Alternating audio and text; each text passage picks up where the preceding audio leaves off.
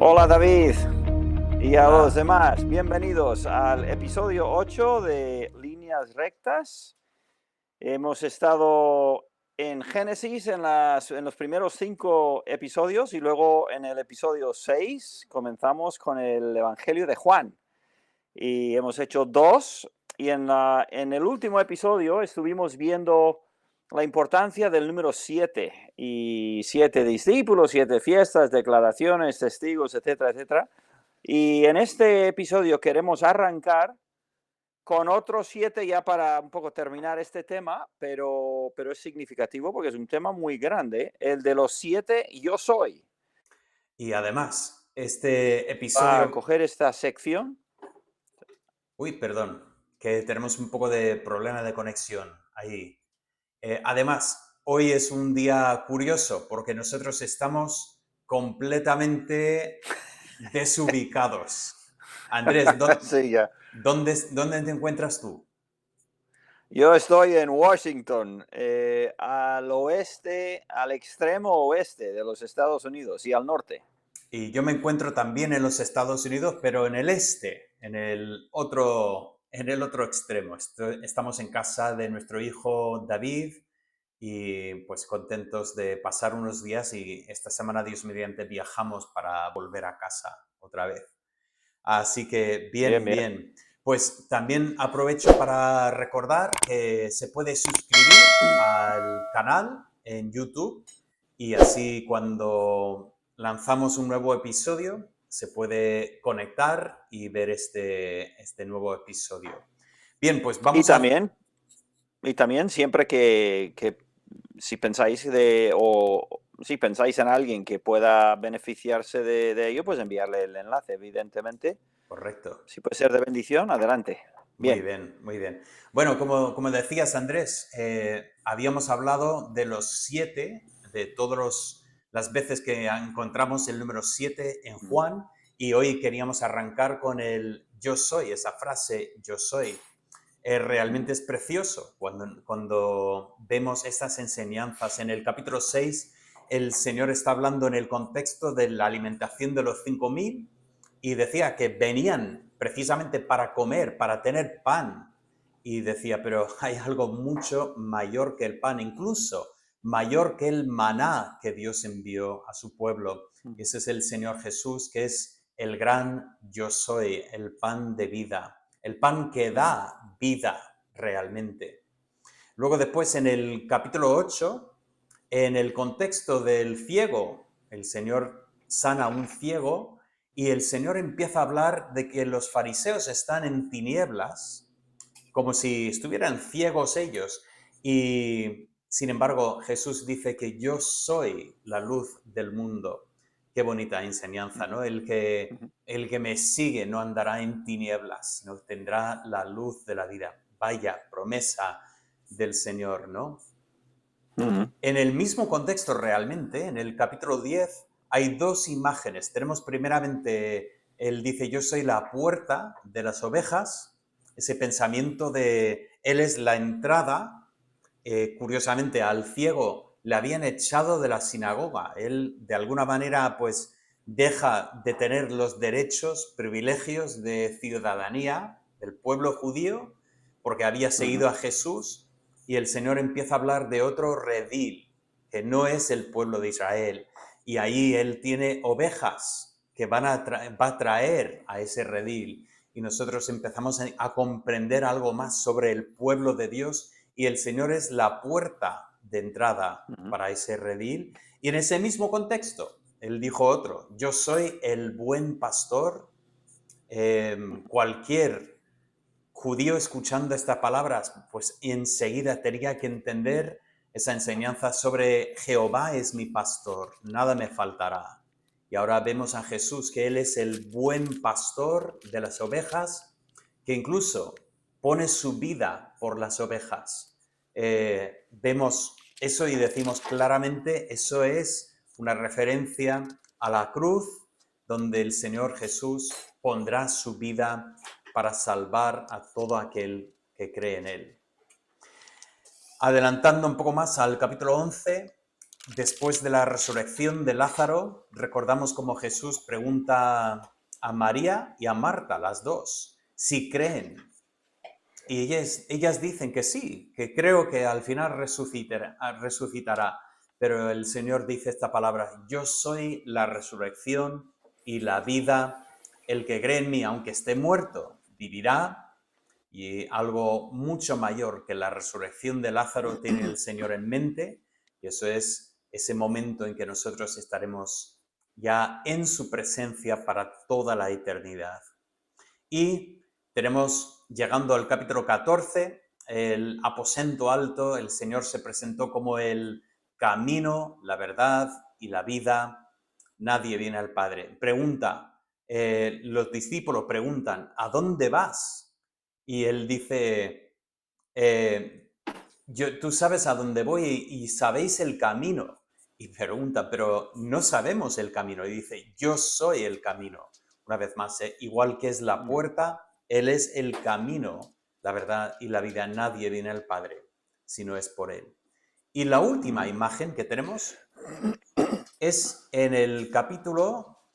Bueno, es que ya no veo ahí, el número es tan pequeñito, no me acuerdo. 15, Es el 15. 15, efectivamente. Yo soy la vid verdadera, esa gran enseñanza de que separados de Él nada, nada, nada podemos hacer, sino que Él es realmente la fuente de todo lo que puede o debe ocurrir en la vida del creyente. Son 7 imágenes preciosas del Señor Jesucristo y de lo que es nuestra relación con Él. Quizás añadir simplemente para alguno que igual no entiende la conexión, por qué tanta importancia en el yo soy. Leo del libro de Éxodo, del Antiguo Testamento, capítulo 3, cuando Dios se presentó a Moisés para ir a Egipto, y Moisés dijo: ¿y quién les digo yo que me envía? Y el Señor le dice en el versículo 14: y respondió Dios a Moisés: yo soy el que soy. Y dijo: así dirás a los hijos de Israel: yo soy, me envió a vosotros.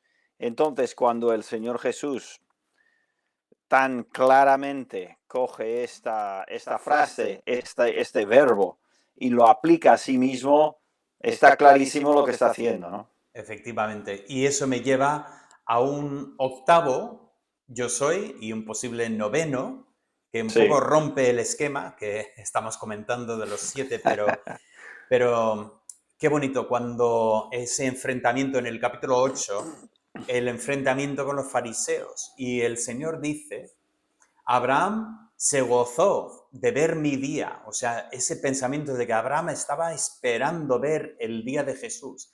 Y los líderes religiosos dicen: ni tiene 50 años, ¿cómo que Abraham? Y él dice: antes que Abraham fuese, yo Yo soy. soy. Y definitivamente ellos comprendían que él Muy estaba bien. diciendo que era Dios, porque tomaban piedras para apedrearle. Entonces, bueno, ahí claramente vemos ese momento en que el Señor Jesucristo se presenta como el gran yo soy, y luego después, qué bonito ver que Él es la luz, el camino, el pan, efectivamente, todas las imágenes que hemos visto ahí. Y luego hay un noveno, Andrés, ¿cuál es el noveno caso? Pues cuando le vienen, y es curioso porque solamente Juan comenta de esto, que cuando vienen a cogerle al Señor Jesús en Getsemaní, una de las cosas que cuando viene el grupo con Judas, cuando le preguntan, no me acuerdo cómo formula la pregunta, pero él dice: pues yo soy yo. Y cuando él dice eso, dice la palabra, Juan dice que se cayeron todos para atrás, como si hubiese habido casi una explosión de potencia ahí. Se echaron para atrás de una forma eh, sorprendente, desde luego, y hasta que él no un poco cedió otra vez, ellos no ni se acercaron a él, ¿no? Así que Efectivamente. sería otro yo soy dentro de... Bien, estamos teniendo un poco de problema con nuestra conexión, pero bueno, creo que Andrés, creo que pillamos todo lo que has dicho ahí. Bien, vamos a Vale. adelantar y que tú vas a comentar algo sobre la familia de Jesús. Sí.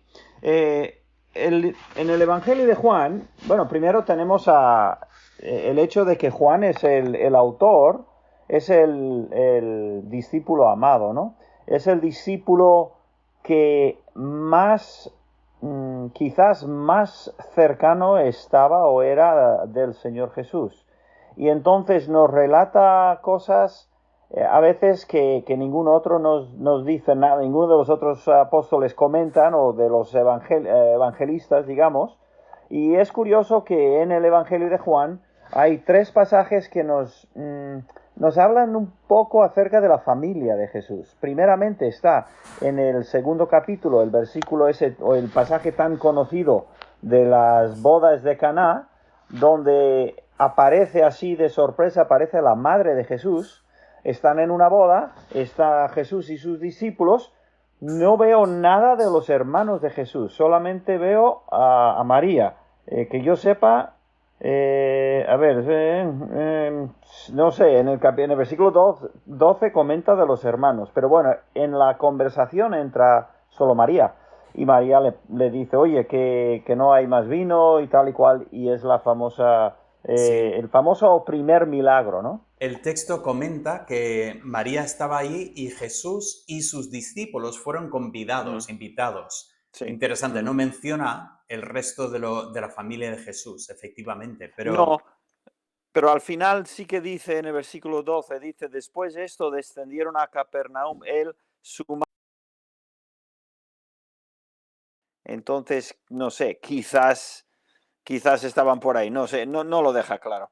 Pero bueno, esa ventanita a la madre de Jesús que sale en el Evangelio de Juan, que es muy curioso porque al final va a salir otra vez otro tema sobre la madre. Pero antes de eso, en el capítulo 7 tenemos otra aparición de la familia del Señor Jesús y esta vez son sus hermanos y no necesariamente en muy buena luz.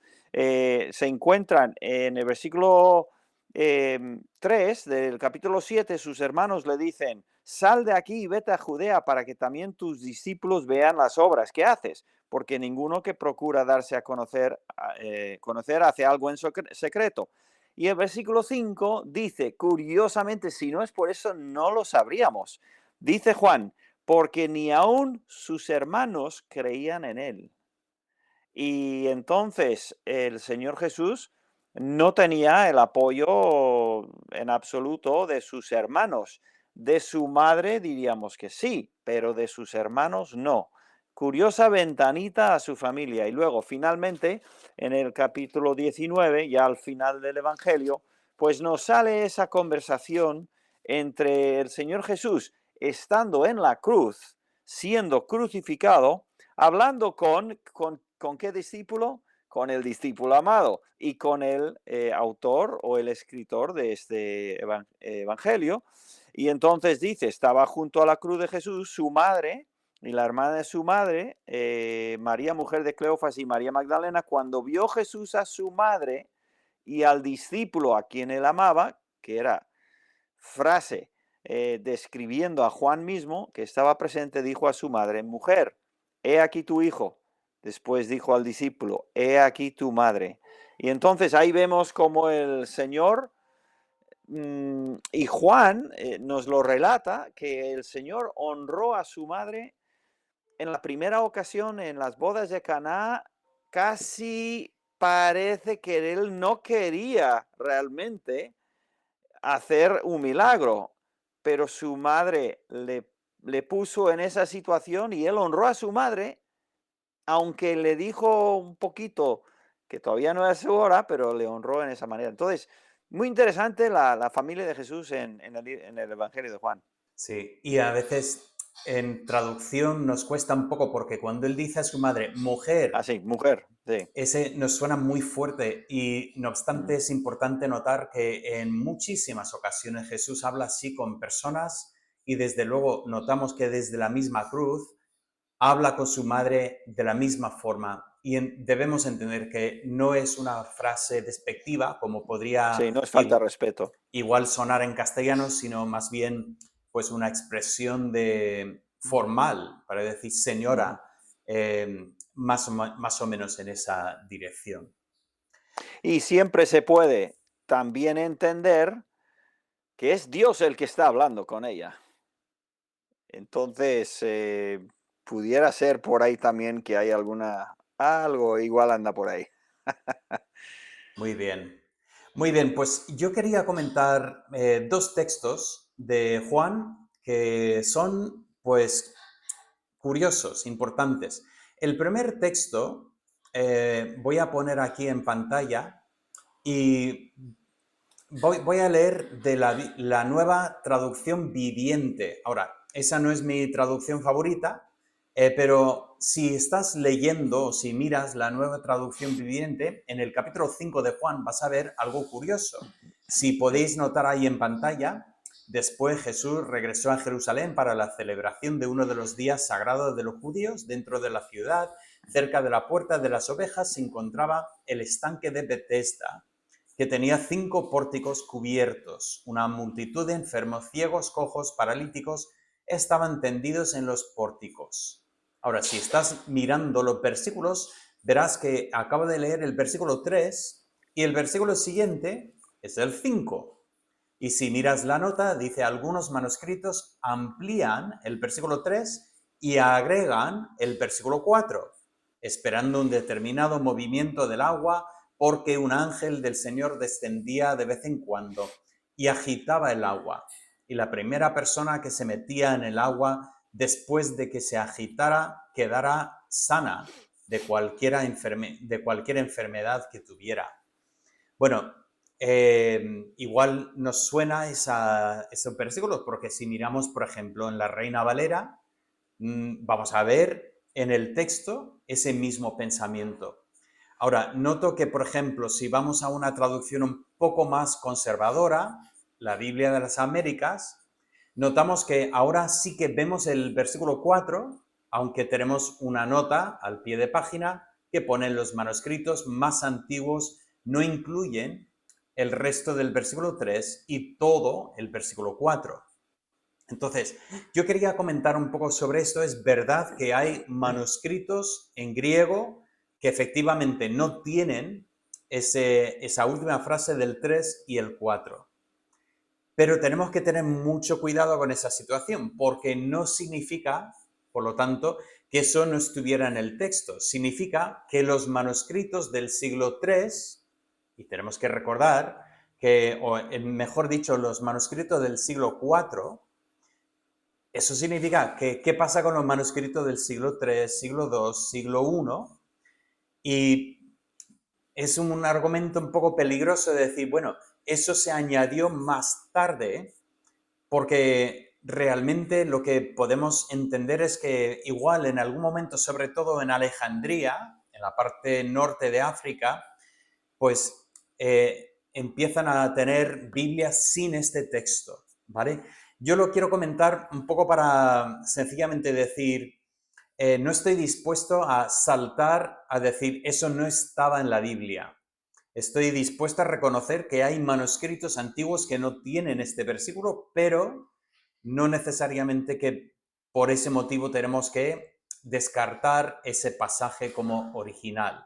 Ahora, alguno puede decir, pero espera un momento, ¿cómo que un ángel agitaba el agua? ¿Y cómo que la primera persona que se...? Eso suena una superstición muy grande, ¿no?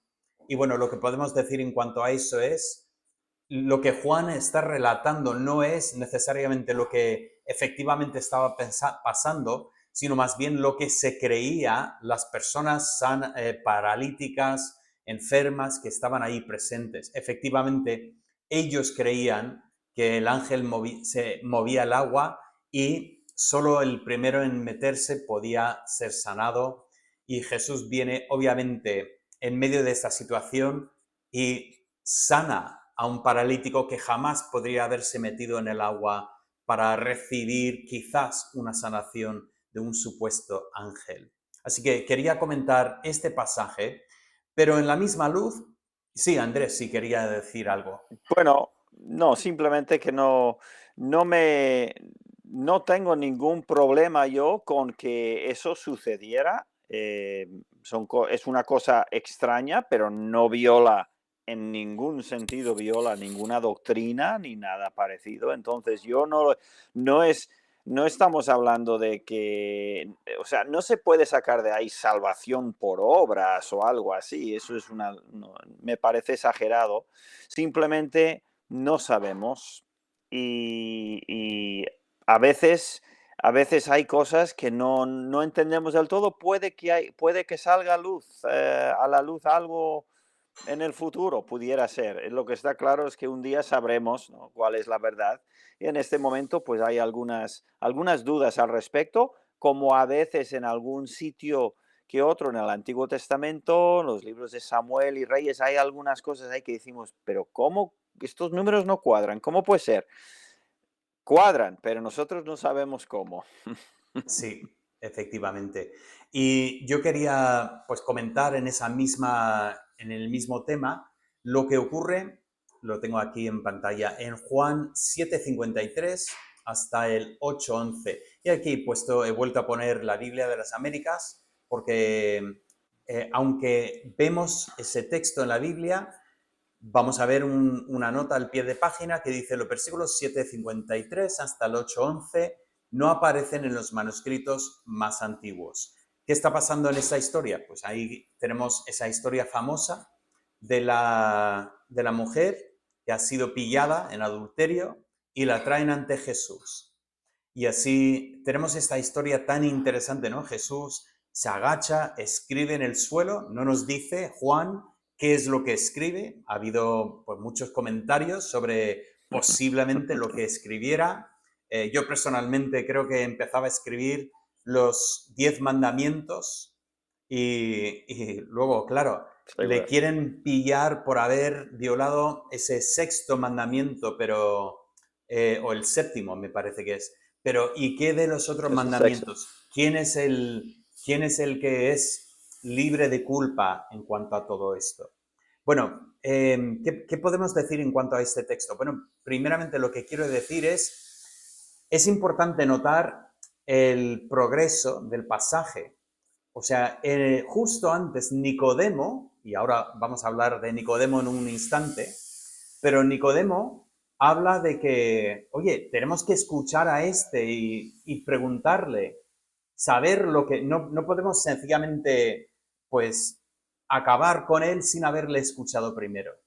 Es interesante que si no tenemos esta historia, pues efectivamente luego después, a continuación, Jesús les dice y empieza a presentarse como la luz del mundo, y ahí, si no tenemos el pasaje en medio, no tenemos la forma en que ellos pues le han traído algo a Jesús para poder ver lo que él iba a hacer con esa situación. O sea, encaja muy bien en el contexto.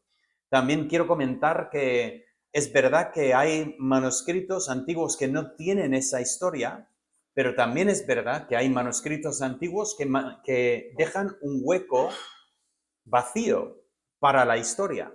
O sea que hay un sitio donde se podría entender que entendían que iba algo en esa posición, aunque el manuscrito que ellos estaban copiando no tuviera esa historia. Y finalmente quiero comentar que hay otros manuscritos que tienen la historia desplazada en otro lugar, lo cual algunos han usado como argumento para decir que efectivamente eso demuestra que la historia no es original, pero parece ser que también es un buen argumento entender que se utilizaba el pasaje en Juan 7 e incluso una parte del 8 dentro de la celebración de Pentecostés. Y por lo tanto, llegó a ser costumbre desplazar ese pasaje en particular para poder tener pues el pasaje que tenía que ver con Pentecostés de manera conjunta. Os invito a estudiar más sobre ese tema, pero quiero sencillamente comentar que a pesar de que haya manuscritos antiguos que no tengan esa historia, no significa que no podamos confiar del texto del Nuevo Testamento. Ujú.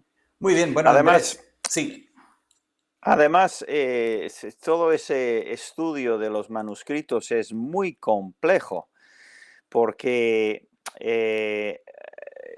muchas veces la notita pone en los manuscritos más antiguos.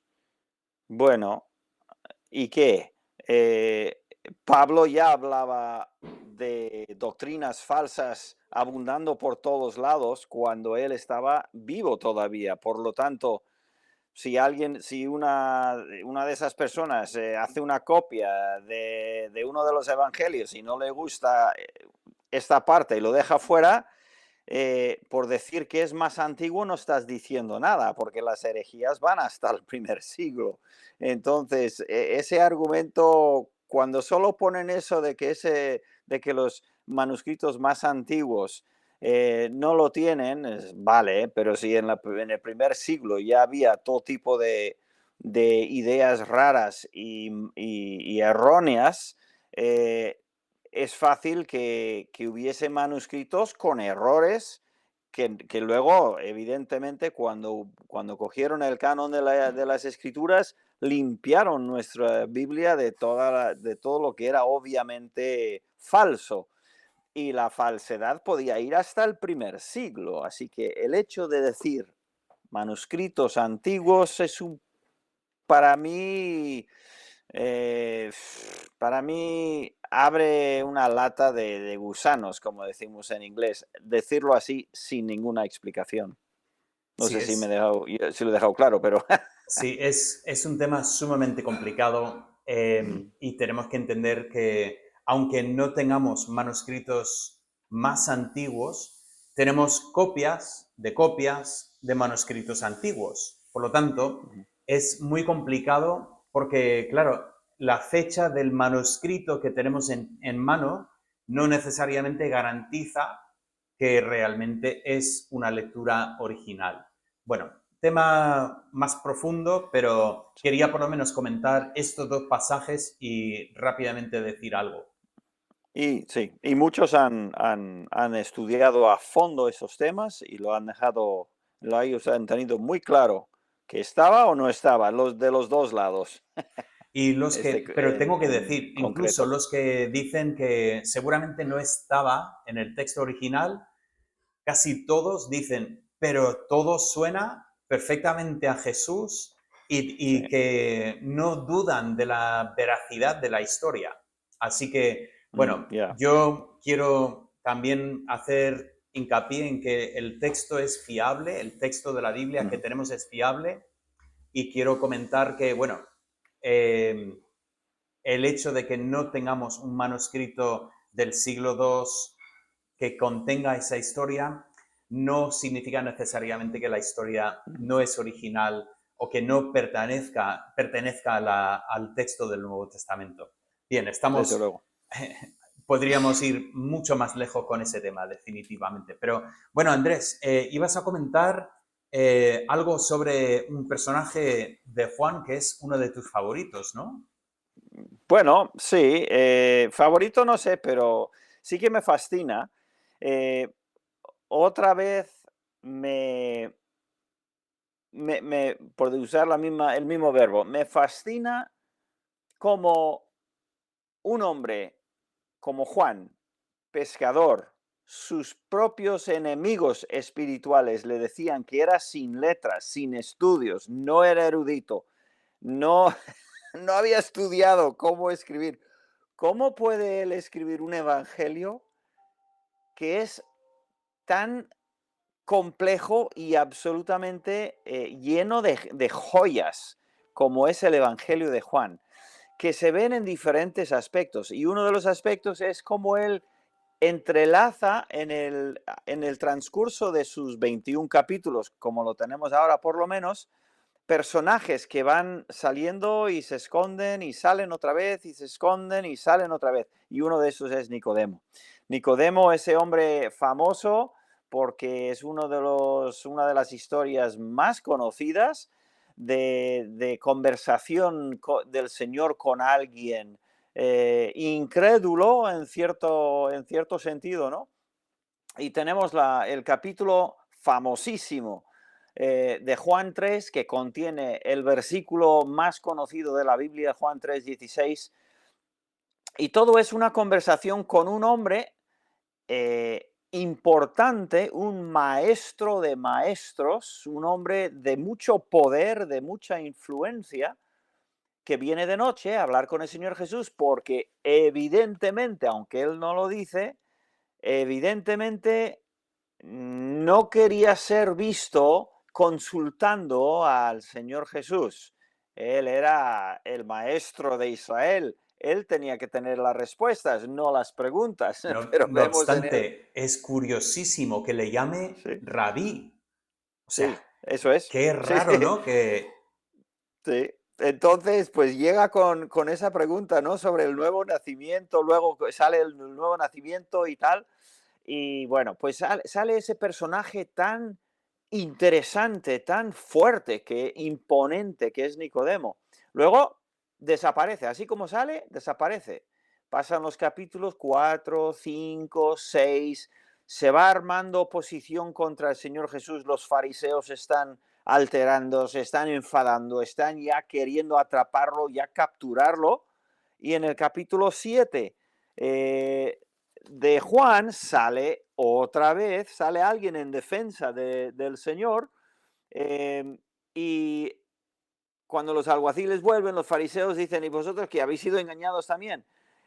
Y dice, y ellos un poco insultan a la gente, más esta gente que no sabe la ley maldita es, y les dice Nicodemo, el que vino a él de noche, lo pone ahí mismo en el texto, el cual era uno de ellos, fariseo, juzga, y él sale en defensa del Señor Jesús, eh, de una manera, pues, muy interesante, porque, hombre, tampoco se pone del lado de Jesús, pero dice, oye, a ver, no le vamos a condenar antes de juzgarlo, ¿no? Vamos a ver qué pruebas tiene, vamos a escucharle, a ver. Y ellos, vamos, no tienen nada, no quieren saber nada de hablar con el Señor Jesús. Y Nicodemo le vemos en ese momento dispuesto a darle al Señor Jesús una oportunidad de explicar sus, sus enseñanzas, ¿no? Y incluso su origen, ¿no? Entonces, sale en el 3, se esconde. Luego sale en el 7, así por un segundito en la narrativa, sale y luego se esconde otra vez y pasan capítulos y capítulos y capítulos hasta el 19. El Señor Jesús ya ha muerto. Y alguno igual, diría, leyéndolo por primera vez, ¿qué habrá sido de ese Nicodemo? Pues si lo llegaran a pensar, pues en el versículo, ¿qué es? El versículo 25 por ahí, sí, el 25, pues estarían contentos porque de pronto sale José de Arimatea para coger el cuerpo de Jesús. ¿Y quién viene para acompañarle dando de su tesoro especies y especias, ¿no? Se dice. ¿Y quién es? Que Nicodemo. Nicodemo sale al final. Y ahí ya le vemos a Nicodemo identificándose claramente y públicamente con el Señor Jesús resucitado. Muy bonito. Para mí es una obra maestra, como Juan en su Evangelio eh, mete este personaje tan imponente y tan importante para el pueblo judío. Estos que recibieron el Evangelio habían oído de Nicodemo, porque todos habían oído de Nicodemo, así como de Gamaliel, por ejemplo. Estos eran personajes, eran personas muy importantes. Y Juan le mete en su evangelio. Me parece una maravilla, la verdad. Y me sí, encanta, me sí, encanta. sí, sí. Y bueno, el capítulo 3 es una joya en Sí, ya sí. lo creo. Y en Sí. cuanto a eso del nuevo nacimiento, precioso, preciosa verdad. Mm, Muy bien, sí, sí. bueno, que con eso nosotros hemos pues hablado de algunos de los temas del Evangelio de Juan. Obviamente, como Ujú, hemos dicho antes, cuando hablamos de Génesis, no hemos tocado todo lo que se podría tocar, pero bueno, hemos cumplido con nuestra meta, que es pues hablar de algunos de los temas ujú. importantes y pues vamos a avanzar. Ya en el siguiente episodio vamos a revelar dónde será el siguiente sitio, pero vamos a avanzar hablando de diferentes partes de la preciosa palabra de Dios. Esperamos, como Amén. siempre, que pues estos pequeños vídeos sean de bendición y de ayuda en vuestra comprensión de las Escrituras y que el Ujú. Señor os bendiga. Bueno, yo voy a cerrar ese tiempo en oración De y acuerdo, entonces tendremos que decir hasta la próxima. Muy bien, pues de oremos. acuerdo. Adiós. Padre Santo, damos gracias por ese tiempo que hemos tenido, gracias por tu palabra, gracias por el Evangelio de Juan. Pedimos, Señor, que sigas abriendo nuestros ojos para comprender las maravillas de tu ley.